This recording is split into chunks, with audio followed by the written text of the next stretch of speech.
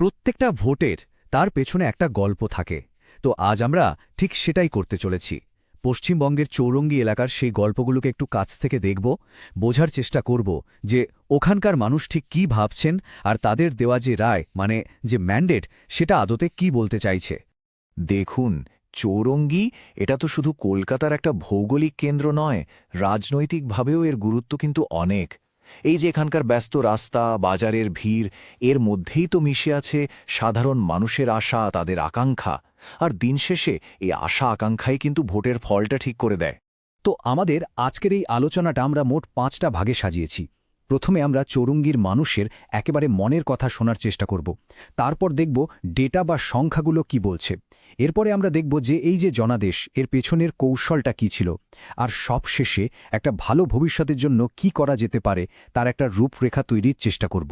চলুন তাহলে শুরু করা যাক। যে কোনো গণতন্ত্রের আসল শক্তি তো তার সাধারণ মানুষ, তাই না?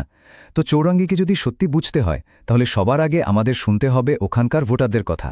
তাদের প্রতিদিনের জীবনে কি সমস্যা, তাদের স্বপ্নগুলো ঠিক কী রকম। এই যে পার্ক স্ট্রিটের যানজট, এটা কিন্তু শুধু কয়েকটা গাড়ির লাইন নয়। ভেবে দেখুন, এটা আসলে একটা থমকে যাওয়া অর্থনীতির ছবি, নষ্ট হয়ে যাওয়া সময়ের ছবি। এর জন্য ব্যবসার ক্ষতি হচ্ছে, আর সাধারণ মানুষের জীবনে রোজকার টেনশন তো বাড়ছেই। এরপরেই যে সমস্যাটা আসছে সেটা হলো তরুণদের মধ্যে বেকারত্ব। দেখুন, চৌরঙ্গীর অর্থনীতিটা মূলত সার্ভিস বেসড, মানে এখানে সুযোগ কিন্তু অনেক থাকার কথা, কিন্তু তা সত্ত্বেও চাকরির অভাব, এটা কিন্তু নতুন প্রজন্মের কাছে একটা বিরাট চিন্তার কারণ হয়ে দাঁড়িয়েছে। আর এর সাথে যোগ হয়েছে আরেকটা বড় সমস্যা, জিনিসপত্রের দাম। বিশেষ করে চাল বা অন্যান্য খাওয়ার জিনিসের দাম যেভাবে বাড়ছে, তাতে কম আয়ের পরিবারগুলোর ওপর অসম্ভব চাপ পড়ছে। মানে প্রতিদিনের সংসার চালানোই এখন একটা বিরাট চ্যালেঞ্জ হয়ে গেছে। আর শেষে বলবো বর্ষার জল জমার কথা। ভিআইপি রোডের এই ছবিটা তো আমরা সবাই চিনি। এটা পরিষ্কার দেখিয়ে দেয় যে পরিকাঠামো কতটা দুর্বল। বর্ষা এলেই মানুষের জীবন যে কি কঠিন হয়ে ওঠে, পুরো শহরের গতিই যেন থেমে যায়। তো মানুষের অভিজ্ঞতার কথা তো আমরা শুনলাম, এবার চলুন একটু ডেটার দিকে তাকাই। কারণ জানেন, প্রত্যেকটা সংখ্যার পেছনেও কিন্তু একটা গল্প লুকিয়ে থাকে, আর এই সংখ্যাগুলোই আমাদের এই এলাকার রাজনৈতিক ছবিটা আরও পরিষ্কার করে দেবে। চৌরঙ্গীর জনসংখ্যার গঠনটা যদি দেখি, তাহলে দেখা যাচ্ছে এখানে ৭৬.৫% হিন্দু, ২০.৬% মুসলিম, আর বাকিরা অন্যান্য সম্প্রদায়ের। আর এই যে ডেমোগ্রাফি, এই ধর্মীয় বিন্যাস, এটা কিন্তু প্রায় রাজনৈতিক দলগুলোর স্ট্র্যাটেজির একটা খুব গুরুত্বপূর্ণ অংশ হয়ে দাঁড়ায়। এই স্লাইডটা দেখুন, এখানে ভোটের শেয়ারে একটা দারুণ ইন্টারেস্টিং পরিবর্তন দেখা যাচ্ছে। ২০১৬ থেকে ২০২১-এর মধ্যে তৃণমূল আর বিজেপি দুদলেরই ভোট কিন্তু বেড়েছে। কিন্তু সবচেয়ে অবাক করার মতো ব্যাপার হলো কংগ্রেসের ভোট ব্যাংকটা প্রায় ধসে গেছে। এখন প্রশ্নটা হলো, এই ভোটগুলো তাহলে গেল কোথায়? এটাই কিন্তু আসল প্রশ্ন। ২০২১-এ যিনি জিতেছিলেন, তার জয়ের মার্জিন ছিল ৪৫,৩৪৪ ভোট। এটা কিন্তু একটা বিশাল ব্যবধান। আর এই বড় মার্জিনটাই দেখিয়ে দেয় যে আপাতদৃষ্টিতে তাদের সমর্থনটা বেশ মজবুত। কিন্তু এত বড় একটা জয়ের পরেও একটা জিনিস কিন্তু ভাবার মতো। দেখুন, ভোটের হার কিন্তু কমেছে। ২০১৬-তে ছিল ৫৬.২%, ২০২১-এ সেটা কমে দাঁড়িয়েছে ৫৩.৬%। এর মানেটা কি দাঁড়ায়? মানুষ কি রাজনীতি নিয়ে আগ্রহ হারিয়ে ফেলছে, নাকি তাদের পছন্দের মতো কোনো প্রার্থী আসলে নেই? আসলেই এই সংখ্যাগুলো তো শুধু হার জিতের হিসেব নয়, এগুলো আমাদের একটা বড় জিনিস মনে করিয়ে দেয়। আমাদের গণতন্ত্রের ভিত্তিটাই তো হলো দায়িত্বের সাথে নিজের মতামত প্রকাশ করা, আর সেটা তথ্য জেনে বুঝে করা। এই প্রত্যেকটা সংখ্যা, প্রত্যেকটা পরিসংখ্যান এই পাবলিক কনভারসেশনেরই একটা অংশ, আর এগুলোই সরকারকে পথ দেখায় মানুষের জন্য আরও ভালো কাজ করার। তো ডেটা তো আমাদের রেজাল্টটা বলে দিল, কিন্তু এই ফলাফলের পেছনে আসল কারণটা কি?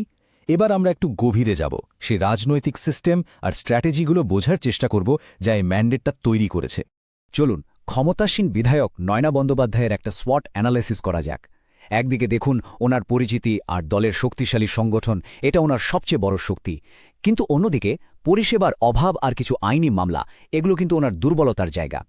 মানে ওনার সামনে যেমন নতুন প্রকল্পের সুযোগ আছে, তেমনি প্রতিষ্ঠান বিরোধিতা আর বিজেপির উত্থানের মতো ঝুঁকিও আছে।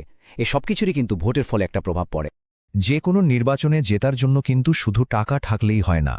একটা দলের আসল শক্তি হলো তার সেই সব রিসোর্স যা চোখে দেখা যায় না। যেমন ধরুন, একটা মজবুত সাংগঠনিক নেটওয়ার্ক বা স্থানীয় সমস্যাগুলো নিয়ে একেবারে ভেতরের খবর। এগুলো এমন সম্পদ যা শুধু মূল্যবানই নয়, এগুলোকে নকল করাও খুব কঠিন। বিরোধী দল তাদের কৌশলটাকে আমরা একটা চতুর্মুখী বা 4-pronged অ্যাপ্রোচ বলতে পারি। 1. তারা সরকারের উন্নয়নের অভাবগুলোকে তুলে ধরেছে। 2. প্রতিষ্ঠান বিরোধিতার যে হাওয়া সেটাকে কাজে লাগাতে চেয়েছে। 3. কিছু ক্ষেত্রে সাম্প্রদায়িক মেরুকরণের মাধ্যমে ভোট ভাগ করার একটা চেষ্টা দেখা গেছে। আর 4 নম্বর হল নির্দিষ্ট ডেমোগ্রাফি, যেমন মহিলা বা যুব ভোটারদের কাছে পৌঁছানোর জন্য আলাদা করে প্রচার চালানো।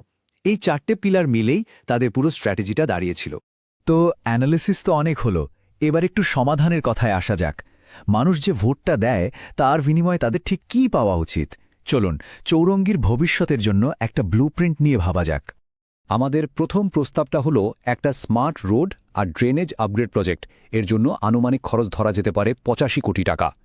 এই প্রজেক্টটা সরাসরি যানজট আর জলজমার মতো বহু পুরনো সমস্যাগুলোর সমাধান করবে। এখন প্রশ্ন হল, এই টাকাটা বিনিয়োগ করলে সাধারণ মানুষ কি পাবে? দেখুন, যাতায়াতের সময় প্রায় 30% কমে যাবে। প্রায় 200টা নতুন চাকরির সুযোগ তৈরি হবে কনস্ট্রাকশন সেক্টরে। আর জল জমার সমস্যা তো কমবেই। এটাই হলো পাবলিকের জন্য আসল রিটার্ন অন ইনভেস্টমেন্ট। আমাদের দ্বিতীয় প্রস্তাবটা হলো একটা স্কিল অ্যান্ড ইনোভেশন হাব তৈরি করা। এর জন্য লাগতে পারে প্রায় 20 কোটি টাকা। মনে আছে আমরা তরুণদের বেকারত্বের কথা বলছিলাম? এই হাবটার মূল লক্ষ্যই হল সেই সমস্যার একটা স্থায়ী সমাধান খুঁজে বের করা। এর ফলটা কি হবে? প্রতি বছর প্রায় 1000 তরুণী এখান থেকে ট্রেনিং পাবে, আর তাদের মধ্যে 70% বেশি ভালো বেতনের চাকরিতে প্লেসমেন্ট পাবে। ভাবুন, এর ফলে কতগুলো পরিবারের আয় বাড়বে। এটা পরিষ্কার দেখাচ্ছে যে একটা সঠিক বিনিয়োগ কিভাবে একটা পুরো প্রজন্মের ভাগ্য বদলে দিতে পারে। আর আমাদের শেষ প্রস্তাবটা হল ওয়েলফেয়ার বা জনকল্যাণমূলক পরিষেবাগুলোকে পুরোপুরি ডিজিটাল করে দেওয়া, মানে ডাইরেক্ট বেনিফিট ট্রান্সফার বা ডিবিটিকে আরও দ্রুত করা। এর মাধ্যমে মাত্র 6 মাসের মধ্যে 100% যোগ্য মানুষের কাছে পরিষেবা পৌঁছানো সম্ভব, আর দুর্নীতিও প্রায় 50% কমানো যেতে পারে। তবে হ্যাঁ, একটা কথা মাথায় রাখতে হবে, ভারতের ডিপিডিপি আইন অনুযায়ী এই পুরো প্রক্রিয়ায় মানুষের ব্যক্তিগত তথ্যের গোপনীয়তা এবং তাদের সম্মতিকে সর্বোচ্চ গুরুত্ব দিতেই হবে। এবার আমরা আমাদের আলোচনার একেবারে শেষ পর্যায়ে চলে এসেছি। এখন আমরা শুধু একটা কেন্দ্র নিয়ে নয়, বরং শাসন ব্যবস্থা আর মানুষের বিশ্বাস নিয়ে কিছু বড় কথা বলবো। কারণ দেখুন, ভোটে জেতাটা একটা ব্যাপার, আর মানুষের বিশ্বাস অর্জন করাটা কিন্তু সম্পূর্ণ অন্য একটা জিনিস। একটু ভেবে দেখুন, যখন মানুষের সমস্যাগুলো এত পরিষ্কার, যখন ডেটা আমাদের সামনে, তখন নির্বাচিত প্রতিনিধি আর ভোটারদের মধ্যে এই যে বিশ্বাসের অভাব, এর আসল দামটা কি? যদি শাসনের মূল উদ্দেশ্যই হয় মানুষের জীবনযাত্রার মান উন্নত করা, তাহলে এই ভেঙে যাওয়া বিশ্বাসটাকে আবার ফিরিয়ে আনাই তো সবচেয়ে বড় চ্যালেঞ্জ। এই প্রশ্নটা দিয়ে আজকের আলোচনা শেষ করা যাক।